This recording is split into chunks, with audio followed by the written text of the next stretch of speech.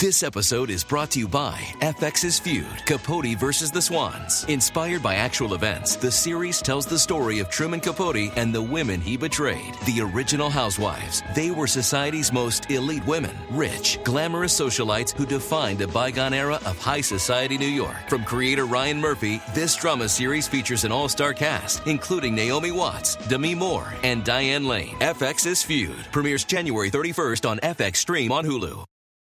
We're getting real today, so tune in.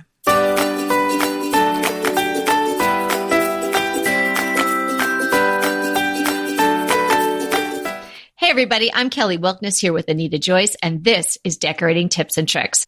Getting real, treasure hunting truths. We are going to give you all the information you need to be a sleuth when you're out thrifting and at estate sales and flea markets and in antique shops.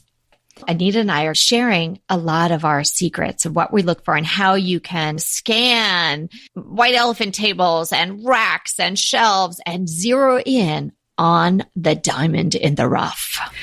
Yes, and after you've listened to the episode, I think the best thing to do is to go to some place where they have a lot of antique or vintage things and play what I like to call, Where Was This Made?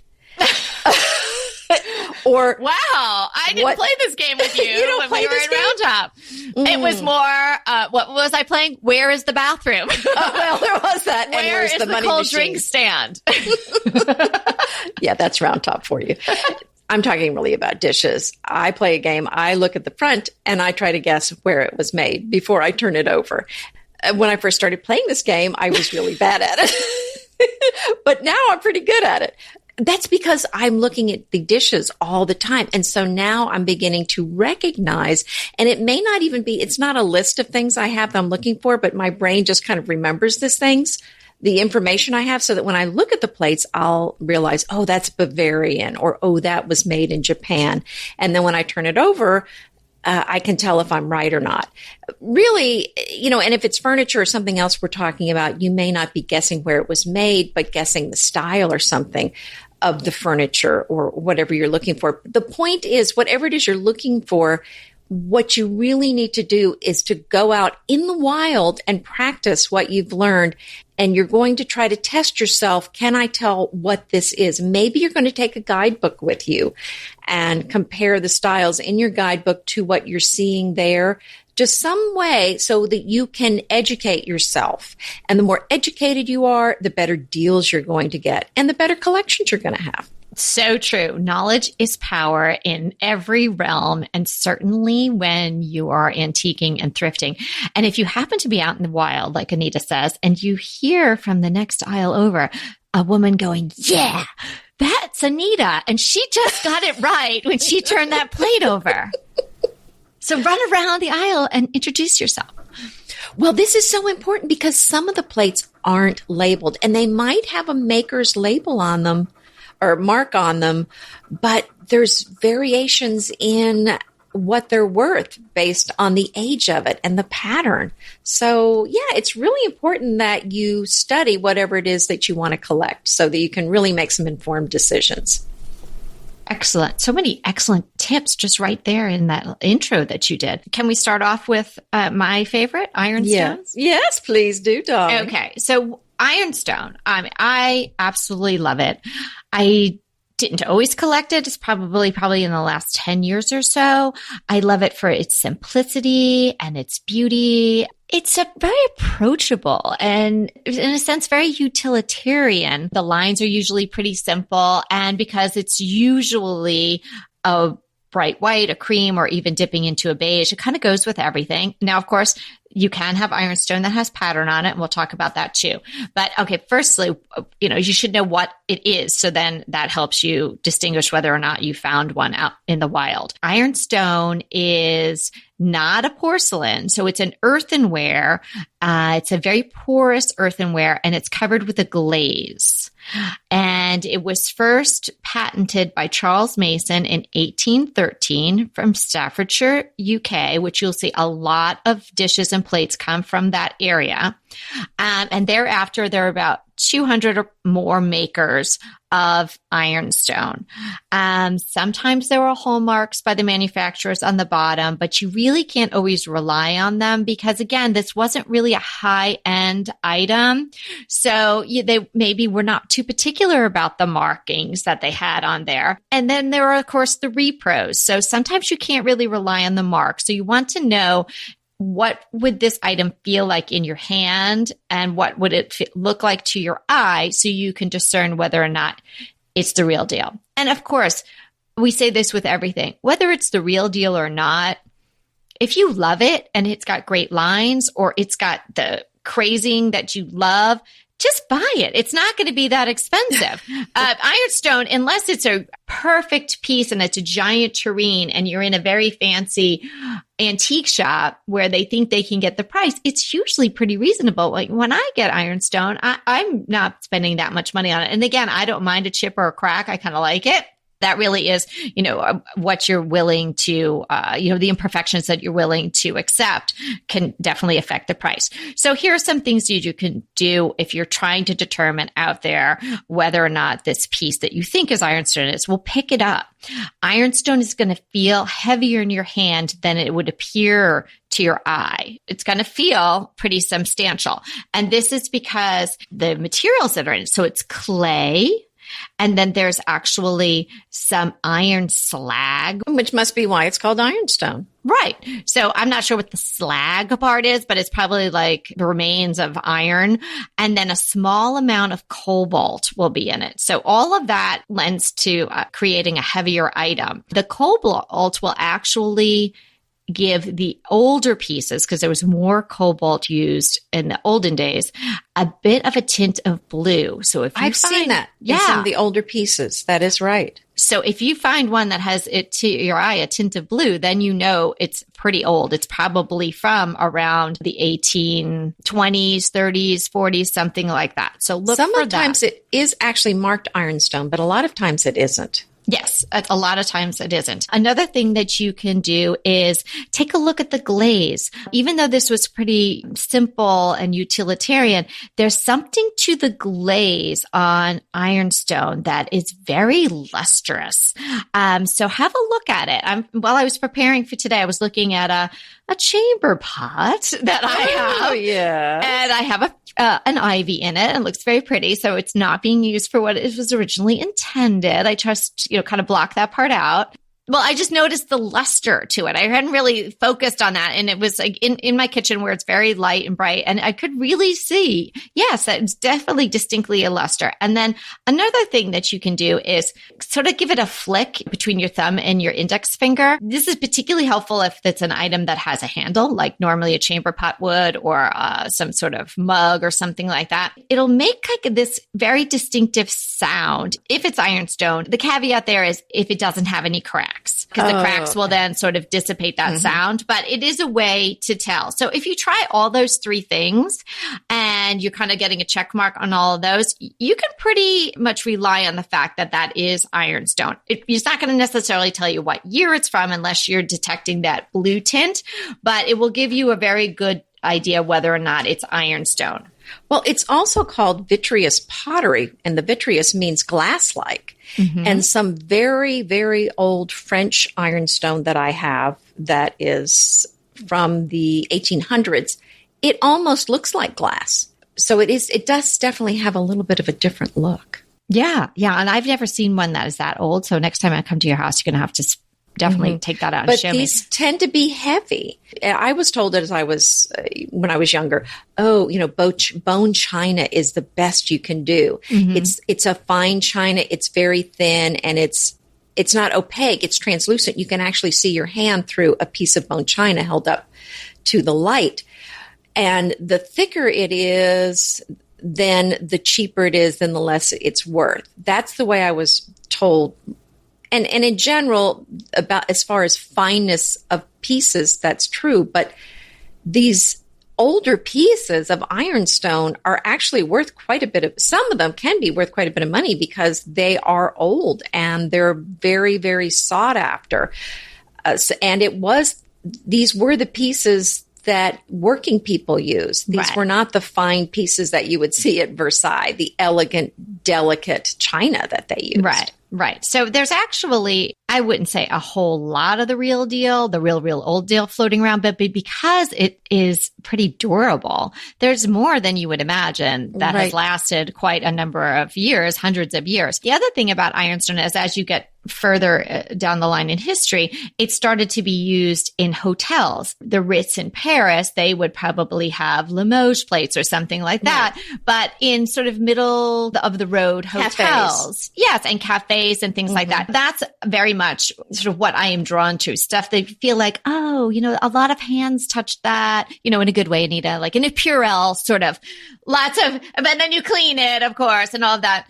But it has a history to it. Right. It can be washed, but do not put these old dishes in the dishwasher. I just these glazes were not meant to be brought to that kind of temperature. Oh, for sure. Don't do that. And while you're touching on that, if you find a piece of ironstone and it's in the whites or the creams and the beiges and it has a stain on it or something, and you think, oh, I'll just try to get that out with Clorox bleach. No. Don't do that at all. Don't let it soak in that. Don't even put it on it, because if there's any kind of crack and that bleach gets under there. I have wondered about that. I have never done that, but yeah, what happens? Well, bleach crystallizes when it dries. And the crystals then will expand and it will actually pop the glaze off. Oh, that would be awful. Right. So you're not, and I don't think you're going to be successful in getting it out anyway. Have you seen those old dishes that have the metal staples in them? Oh, yeah. In the back. Right. Oh, I love those. Yeah. Yeah. Some of those are actually quite expensive. But I wonder how they get those in there. They must heat the plates up quite a bit to get that metal in there without cracking the plate. Right. Well, you want to explain to everyone why they do that? Why that was there? Well, because they couldn't afford to buy new plates and it was cracked and that just kept it in place. Right. Exactly. So this was a repair job. And at the time, that wasn't really something, you didn't want to show off. Oh, I'm using repaired plates. But now those are highly Oh, yeah. Now, if you were definitely a collector of those sorts of things, you probably hang them backwards. Yeah. Nobody was running to get the crazy glue. There was no crazy glue. So that's what they were doing. Well, I wanted to mention about what you were talking about, that you collect dishes that even have cracks or chips, because I've heard somebody on a TV show, I'm not going to say who, say that if he sees a piece of a dish that has a chip on it, he will not touch it. And if he has any, he throws them away. Now, if we're talking, I'm not going to say who he is. Oh, God. I don't watch that much TV. I'm trying to think. Well, this was right. Well, I don't either. This is from like 10 years ago when I actually did watch TV. When I had time, Well, I'm not talking about whether you watch TV or not. I'm just like, I can't think of who it could possibly be, but okay. Well, actually, I can't even remember who it was exactly. So that's part of why I'm not telling you who it was. Mystery solved. I'm covering for my, Okay. It was.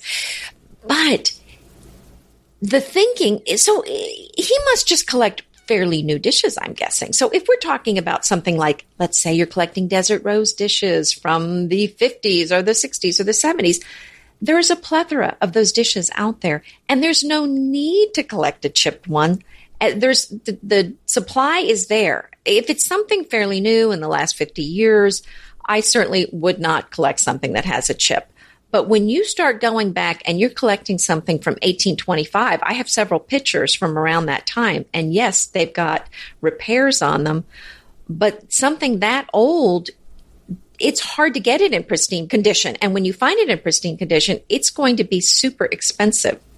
Right. And French dishes, which I collect, if I only collected the pristine, again, it's very difficult to find French dishes here. And when I find them, it's usually they're actually online in France and I have to order them here. And then I'm paying for $30, $40 for shipping.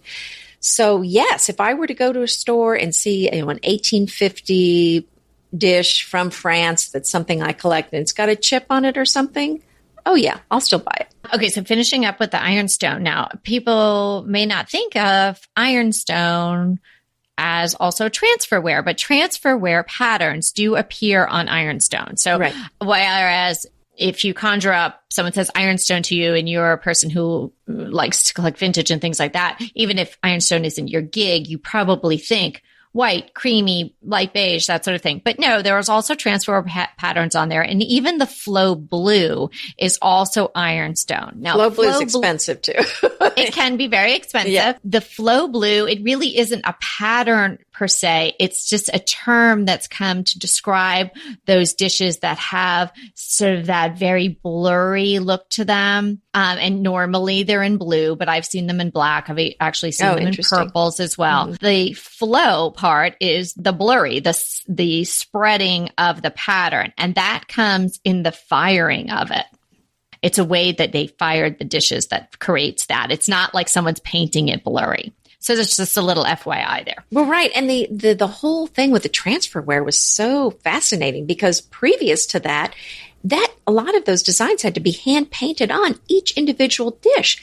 And with transferware, they came up with designs that they would print on paper and then apply the paper to the dishes, then soak the dishes in water and remove the paper, and the pattern would stay.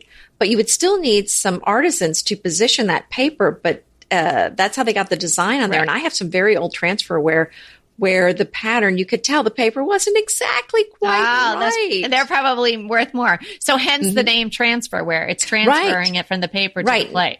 And we still call it transferware, even though the newer plates, I don't know that, I doubt they're made that way anymore. Hey, we'll be right back with the rest of the show, but keep listening so we can continue bringing you DTT. Green Chef is a delicious delight any time of year, but especially during the holidays. What a wonderful vision to behold as the Green Chef boxes on your doorstep. Green Chef is the #1 meal kit for eating well. And it makes eating well so easy with plans to fit every lifestyle, whether you're keto, paleo, vegan, vegetarian, gluten-free, or just looking to eat a more balanced diet. So let Green Chef take the work out of eating clean this holiday season. And if you've got guests coming, shop Green Bundles. They're now available at the Green Market. It's your one-stop shop for nutritious grab-and-go breakfasts, including vegan options, brunch kits, wholesome lunches, ready-to-eat snacks, veggie sides, and more. You can feel your best this December and do your best with Green Chef because they offset 100% of the delivery emissions as well as 100% of the plastic in every box. Go to greenchef.com/60DTT and use the code 60DTT and get 60% off plus 20% off your next 2 months. greenchef.com/60DTT and use the code 60DTT to get 60% off plus 20% off your next 2 months. Go ahead, clean out your closet, then head straight to Quince. I love every item Quince offers, from wardrobe to decor, and I can really recommend their Ultra Stretch Super Wide Leg Pant at $49.90. The price is unbeatable, and the look is so flattering. It keeps you in on top and flares out of the bottom. Everything feels right with Quince. The price, the quality, and the sustainability. Quince offers a range of luxury wardrobe and home goods at prices within reach. And like Quince's clothing, their home goods are priced 50 to 80% less than similar brands. Quince only works with factories that use safe, ethical, and responsible manufacturing practices, along with premium fabrics and finishes. Once you've cleaned out your closet and refreshed with Quince, you can also add something to your home decor. So give your wardrobe and your home the refresh it needs with Quince. Go to quince.com/DTT to get free shipping and 365-day returns on your next order. That's Quince, QUINCE.com/DTT for free shipping and 365-day returns. Quince.com/DTT. And let me know how you love those pants. Okay, so let's move on to another category. Anita's going to jump in here with silver, I believe, and let us know how you can tell whether or not you found the real deal. Well, I love collecting silver, and some of my favorite silver pieces are French. There's Christophe, and Puifocat. The Christophe, people in America sometimes call it Christoffel because of the way it's spelled. And that sounds awful. And the Puifocat is Puiforcat. These are two of the most famous French brands, but I do love the French silver is so beautiful. So that's one of the things that I love to collect. But even the English silver is so beautiful also, and American. What you want to look for are the markings. So you're going to look for, if it's silver plated, it usually does say silver plate or electroplate. Something like that it's going to say. But if it's sterling, which is 92.5% silver, you are going to usually see the word sterling on there, unless it's really old. And then there are a lot of marks to go by. In fact, there's so many marks that I can't even discuss them because there's so many. There's marks for the year it was made, for the maker, and it's quite involved. I'm going to link to some books that you can use for sterling. One is Covell's American Silver Marks, and then there's Jackson's Guide to Hallmarks for English Silver. And these are the marks that you're going to look for if you're collecting sterling. People study this for lifetimes, and these books, some of them are rather thick. So that's why I'm not going over those marks today. But sometimes there'll be a head of a lion, or there'll be a lion saying that it's sterling. So, you're going to have to educate yourself on the marks if you're looking at yeah, sterling. if you really want to go deep. Right. Maybe tuck along with your measuring tape, maybe a tiny little magnifier. Or what I like to do is, if I can't sort of discern it too well, if the lighting's bad or something, or the writing is so tiny on the back of the fork or such, I'll take a picture of it and then I can blow it up with my fingers on my phone. Oh, I've definitely done that too. So you can see the word sterling, but sometimes it just says 925 too. Right. That's true. That's another. That's what I'm saying. There's not one mark for everything. There's so many different marks. It gets even more confusing when you're looking at French silver because they go by a Minerva mark. So it's a woman's head. She was the goddess, I think, Etruscan goddess of commerce, if I remember correctly. Wow. Yes. And that is the measure for their version of sterling, but their sterling is actually 95% silver. So it's a little different percentage. So they have a higher amount of silver in their version of sterling. Now, things changed over time with the French Revolution. There were some wars before that, and there was a lot of silver being melted down, and the government was trying to take into account the fact that they had basically taken everyone's silver. I'm trying to think how to say this nicely, but people didn't have as much silver to work with because the government had taken it to use it to pay for all these wars they were having. And that's when they went down to an 80% silver standard. So that's also a standard out there. And I think something you taught me, which I didn't really realize, I think when we were in Round Top actually, is that the French or European, the actual fork, knife, and spoon are much bigger. Right. Well, for the French, I can't speak to the other countries. I don't really know. But for French, the dinner sizes are large. They're very large set. And the dessert sets are really probably close to what you're used to seeing as far as the size of an American set of silverware. And so then if you're out there and you see a very oversized place setting, chances are it's French. Well, that's a sign that it could be French. But I would say an even bigger tip off, if it's French, is where is the hallmark? Is it on the top of the fork or is it on the back side? If it's on the back side, it's probably American or English. If it's on the top side, it's French because the French turn their silverware upside down, so to speak.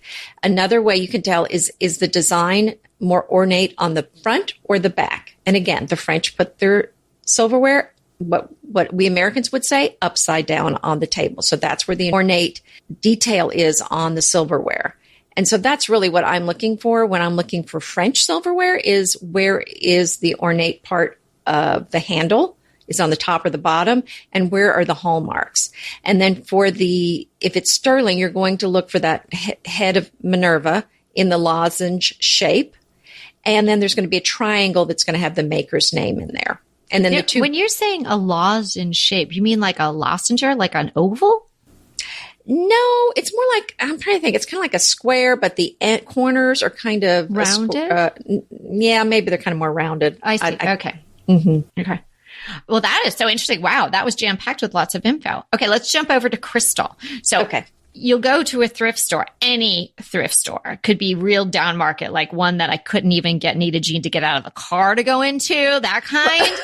And she'll be in the car with the air on, looking up French silver marks. And I'm in there sweating it out, standing in front of the shelf of glass, presumably glass. But you don't know that some of that glass might be crystal. It might be just fabulous. It might be just that, even if it's just one glass that, you decide that's your glass. And when you have your what have you, you're going to use that glass because it makes you feel super special. That's what I do with these little one-offs that I find. I make them my special little wine glass, or that's what I have my iced tea in. So you might be lucky enough to find a whole set. There you are. You're standing there, you're looking, and there's the cast off 1-800 floral vase, okay, pass that. You don't need that. And then there might be something you could turn into a cloche. Okay, that's great. Maybe you put that in your basket. But now you're looking at all these glasses. How are you going to know? So if it's pretty and it strikes you and you like the shape of it, pick it up, hold it to the light. If you can detect any kind of rainbow prism coming off it, it's a sign that it might be crystal. Tap it. If you get this musical ring with a bit of an echo, then it might be crystal. The greater the lead content, the longer the tone will continue. If it's more than 35% lead in that crystal, it's going to actually sparkle, probably even if it's been dusty and sitting on the shelf for a long time. Again, like ironstone, crystal will be heavier. So if you have a similar sized glass that is actually just made of regular glass and the crystal one will be heavier. If you were able to wet your finger somehow, you could swipe around the rim and see if you can get a sound to come out of it. Another sign that it's crystal. Crystal will also be more reflective than regular glass. And the rim, again, talking about the rim, will be thinner than regular glass. And I also wanted to throw in, if you're collecting glass or crystal, run your finger around the rim of the base and of the top of the glass, because it is very difficult to see any kind of chips. But if you run your finger across, you will find any problems there. Good point. And you're going to want to know that before you make your purchase. That's a really good point. Because we didn't really talk about the lead. These old dishes, sometimes they do have lead paint on them. Get a lead test kit. For dishes, most of my dishes, when I checked them, were fine, but I did find one set of English hand-painted dishes that did have lead in them. So just buy that test kit and you can swipe it and find out easily if there's lead in your dishes that you're collecting. Most of my older dishes I don't actually use to eat off of. Most of those are for display. And for the lead crystal, obviously it has lead in it. So from what I understand, it's safe to drink out of these glasses if you're, having a regular meal and maybe you're drinking out of it for an hour, let's say.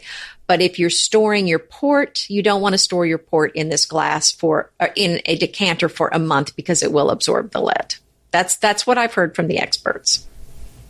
Yes, exactly. When lead crystal beverage containers are used in an ordinary way, they don't pose any health risk.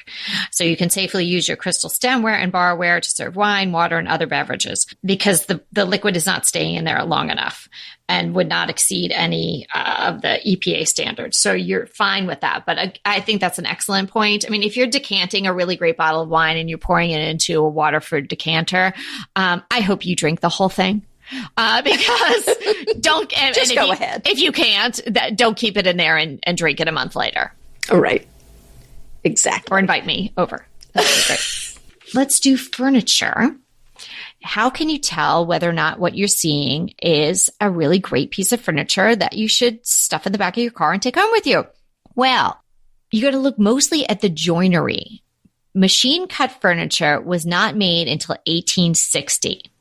So the best best piece of furniture, I should say, to look at is one with drawers, because there's going to be more joinery involved in drawers. Everyone may have heard of the term like dovetail. And the dovetail is where the little pieces of wood kind of slat into the side of the drawer, the back of the drawer, things like that, or in other parts of the piece of furniture, but drawers, it's most evident. The dovetail that you want to look for are those that are not exactly even. There's not a whole bunch of them, because then you can tell it was made by hand. If they're closely spaced dovetails and they're precisely the same size, then they were made by a machine. You're also going to look, again, with the drawers at the bottom, sides, and backs. If they're nicks or cuts or straight saw marks, it gives you an idea that it was made by hand. If there are circular saw marks, it was probably made by a machine. And any piece of furniture with exact symmetry was probably made by a machine. One other way that you can tell is the finish. Until Victorian times, there was really only shellac. And then thereafter, there was lacquer and varnish. And that was sort of in the mid 1800s. But, it's a little hard to tell with that. There's not a lot of shellac experts just roaming around out there. And you kind of have to test it with ammonia or a different chemical to see what happens. So that's probably not something you could do right on site unless you have like a little cotton ball with this on it. I think there's easier ways to do it than that anyway. Well, now she's going to tell us easier ways. That's so great. So, it's a little bit harder to tell with furniture. So you're going to be looking for the dovetails. I think that is the easiest way to determine. Another thing, this isn't going to give you the exact age, but look at the back of the piece. Look at the inside of the drawers. Do they look pretty pristine? If the back of the piece looks pretty darn clean, the bottom of the drawers look pretty darn clean, it's not an antique.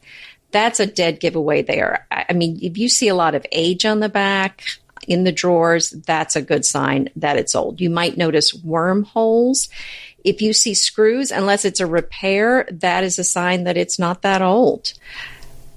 And some of these really older pieces have wood nails in them or wood pieces that are joining them together. And I'm going to go back to the same thing I said about the dishes. Go look at antiques. If you know for a fact that you're going to an antique store and somebody's labeled it, this is this age, check these pieces out that are made in the 1800s and get a feel for what they look like. And then when you see antiques, you'll know when you see it, whether it's a reproduction or the real thing. It's really a matter of educating your eye on what you're looking for. And when you see the antique pieces and then see the reproduction pieces next to them, it becomes more obvious. One thing, too, is that the wood grains, I think, tended to be much closer together than they are in the woods grown now that are grown much faster. New pine is so soft compared to old pine. If you see pine wood that's hand carved, it's probably quite old because the new pine is so soft that you really couldn't even carve into it. And then a lot of the newer French chairs, for example, are made of mango wood, and it's really a thick, clunky wood. If the wood has very delicate engraving on it that's hand engraved, that's another sign it's probably very old because they just don't do that much anymore. Great tips. Okay. I really feel like I learned things from you today. I always learn things from you, but, I'll be more prepared next time I'm out there in the wild, as you say. And I hope that everybody else got a lot of information today that you found to be useful. Our crushes today. My crush is a pair of rose pruning gloves. I actually got the pair for my mom for Mother's Day to go with a rose book and a few other things that I had gotten her because she now has rose bushes, which she never really had before. She was not a big rose gardener. And she was saying that she was she's like, wow, I was really getting caught up with my regular gardening gloves. So I got her these longer rose gloves and they're absolutely darling. And they actually have flowers on them. And so my mother, she was like, I don't even think I could use them. They're so pretty. So I hope she does use them. They looked so good when they came. I wrapped them up and sent them off to her. And then I ordered myself a pair. So I'll put the link in the show notes to those. They were pretty fabulous. Well, my crush is an audiobook that I listened to recently. You can actually buy the book and read the book. It's called Eliza Hamilton, The Extraordinary Life and Times of the Wife of Alexander Hamilton. And the author on this particular book is Tilar J. Mazzeo. And it was so fascinating. She had so much of an interesting story beyond just who she married, who was Alexander Hamilton, obviously. But that was a great book. And I got it on loan from my local library. Oh, that's a great way to do it. BritBox just keeps getting better. The new Archie is amazing.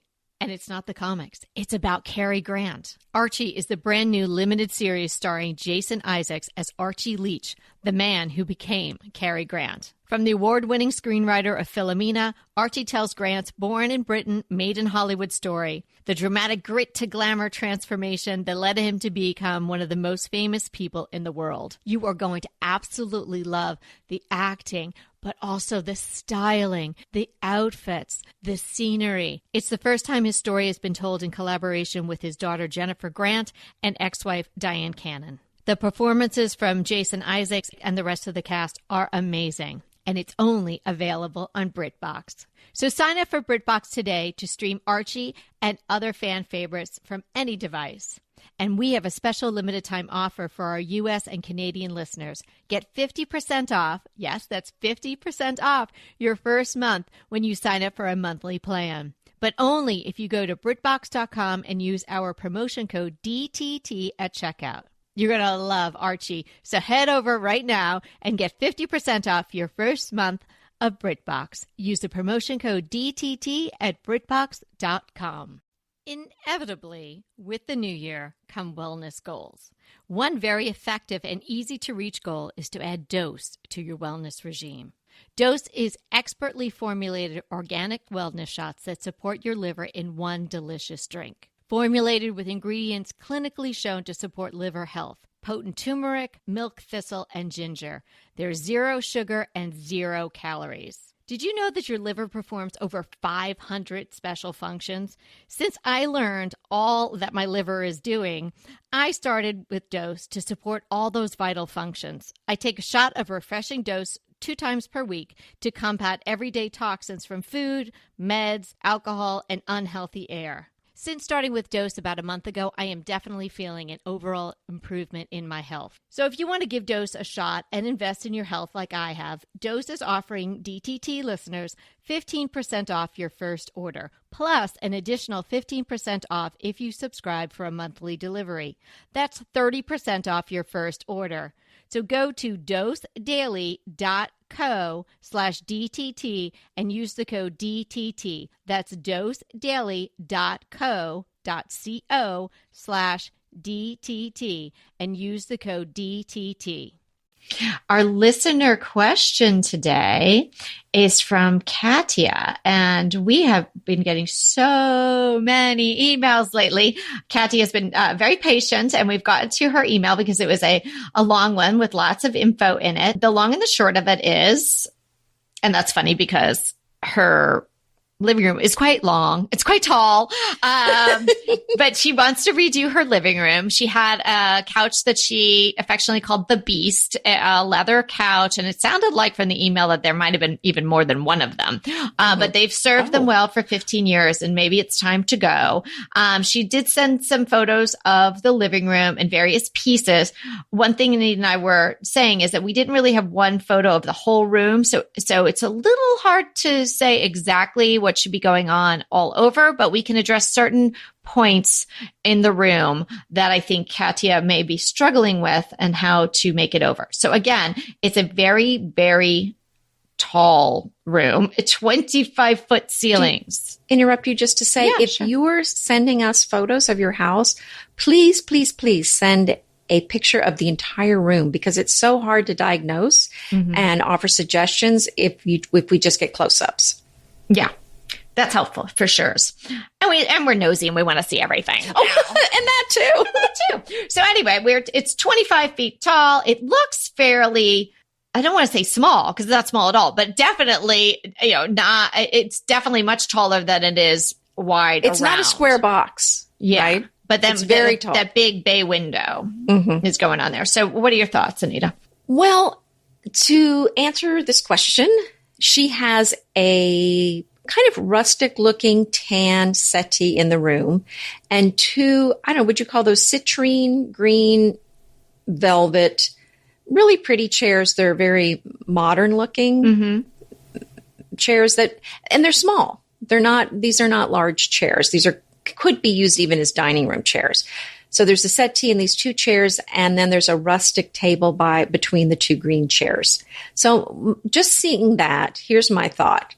I felt like the rustic table went with the rustic looking or the tan settee, but I felt like it was too rustic to go with the two kind of sleek, modern looking green chairs. You can mix things, but this mix felt a little off to me.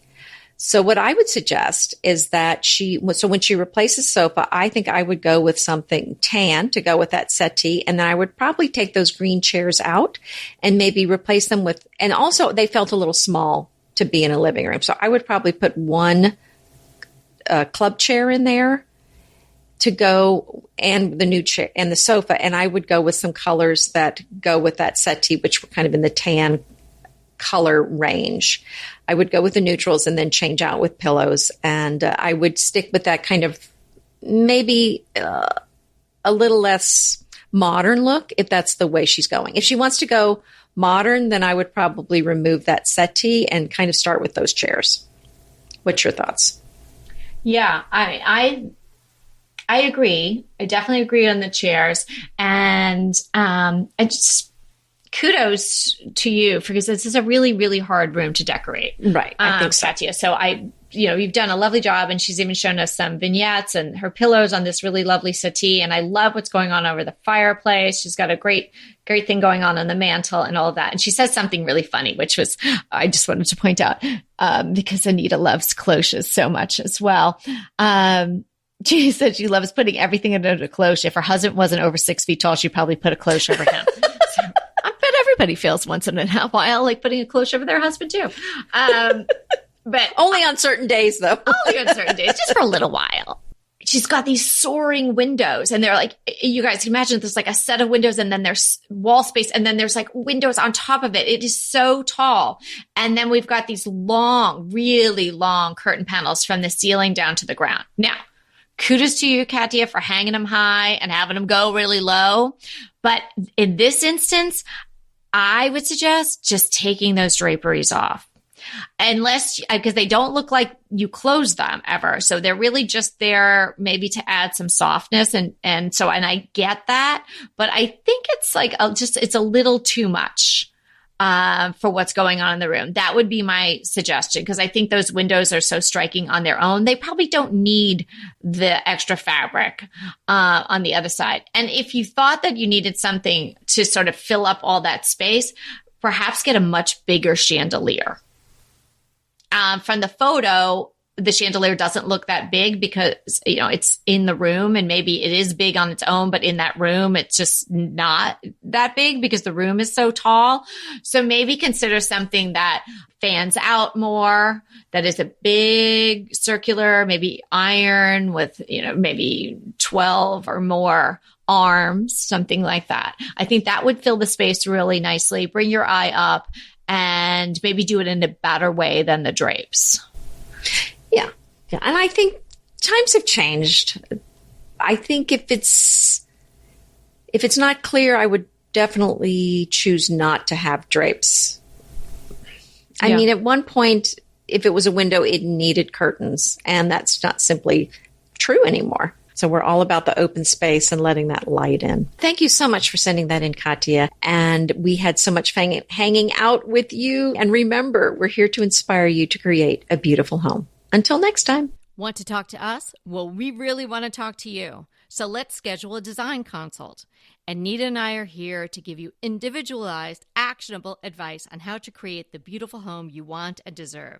It's so easy to schedule a design consult with us. Simply click the link in the show notes or head to decoratingtipsandtricks.com/consult. When we talk to you on the scheduled time, we will be ready with so many great tips, advice, and yes, tricks. So sign up today for a design consult. We can't wait to talk to you.